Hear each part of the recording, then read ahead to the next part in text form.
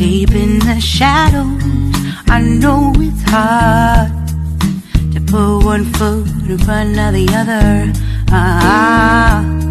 Hello, may galab shoutout. Ayan guys, magluluto tayo ngayon ng pinakbet na Tagalog na version. Hindi ko alam kung paano version to. Basta pinakbet na may alamang, na may fresh na hipon. Alright, tara guys, panoorin natin. Panoorin nyo at panoorin ko. Char, tara guys, bang! Ayan guys, ito yung ating bawang, sibuyas at saka Knorr shrimp. Kamatis. Huwag nyo napansinin ang aking kawali ha, kasi pagpapakulo ko ng tubig yan. Kaya siya nagkaganyan. Saka yung ating shrimp, alamang. Kasi ito yung fresh shrimp. Tapos, okra talaga. Sitaw at bonggang kalabasa. Ayan. So, ayan. Ngayon, nagpapainit na tayo ng mantika. Nagpapainit na tayo ng kawali. Kawali maitim na ang puwet. Saka kapakulo ng tubig. Minsan, nagpapakulo ako ng egg dito, guys, eh. Ayan. Init pa yan. Yan, malinis na yung ating shrimp. At ready to cook na yan, guys. Hindi natin nakuhaan ng video kasi mahaba na masyado.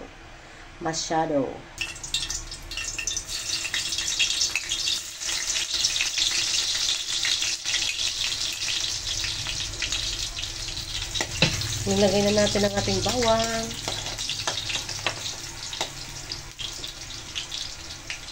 Hintay natin golden brown ng konti. Light golden brown.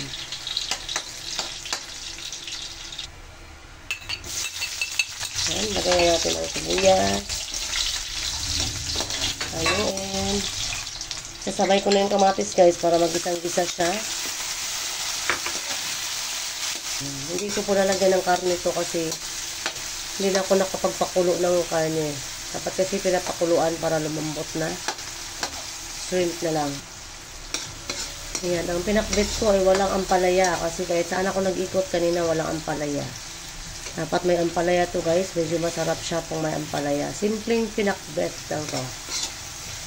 Simple. Yan, nilagay na natin ang ating hipon para sumabay na siya sa kanyang isa. Yan. Kawawa naman ang puwet ng aking kawali. Huwag nyo nang pansinin. Angit pala pang magpakulo ng tubig dyan. Lagay natin ang Knorr shrimp. Kasi shrimp ang ating ginamit na sahog. Knorr shrimp na rin.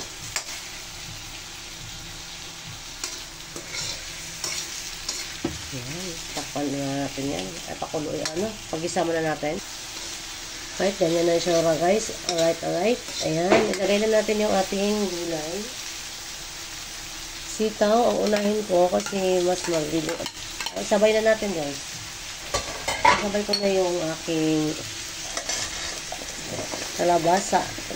Ang bonggang kalabasa. Yung kasi masarap dyan guys. Ano pinakamasustansya. Right. Hindi na nakikita yung ating hipon. Sobrang daming kalabasa. Sino kayo kakain nito guys? Ang dami nito guys. Malamang. Tapos lagay ko na rin yung aking alamang. Ayan. Sana magustuhan yung ating ginakis. Pero alam ko yung mga bunso ko hindi kakain ito. Garante yun guys. Sa bunso ako nahirapan guys sa ulam. Ayaw kumain ng gulay. Yung panganay ko kahit anong kakain mo dyan basta gulay. Kakainin niya yan. Maglalagay ako ng tubig. Kunti lang. Ayan na guys. Lapit na siya. Isang kulo-kulo na lang.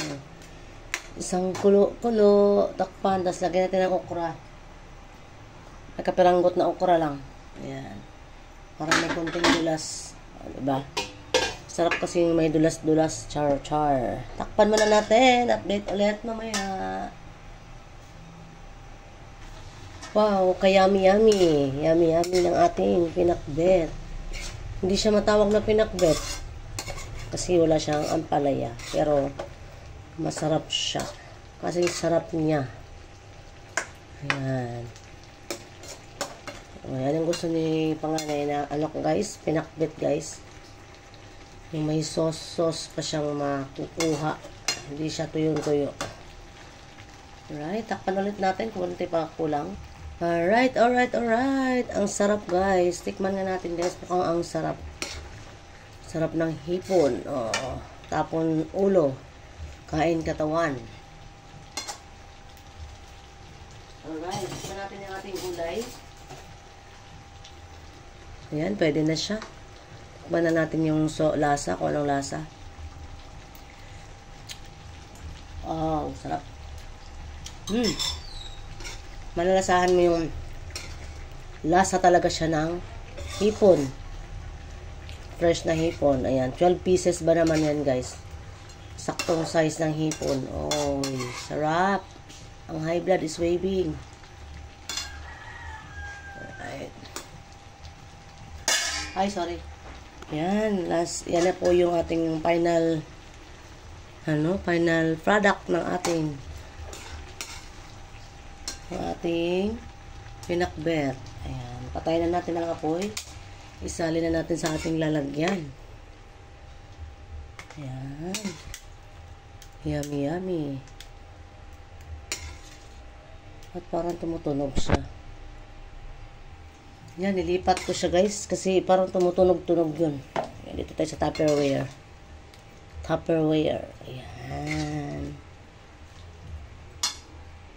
Alright, ayan na po guys ang ating final na guys. Ang lipat na natin sa ating paglalagyan. Ayan, thank you so much. Kainan na.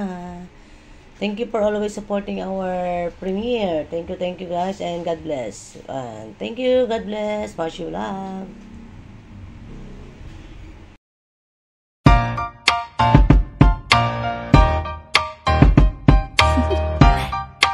Do you want to know?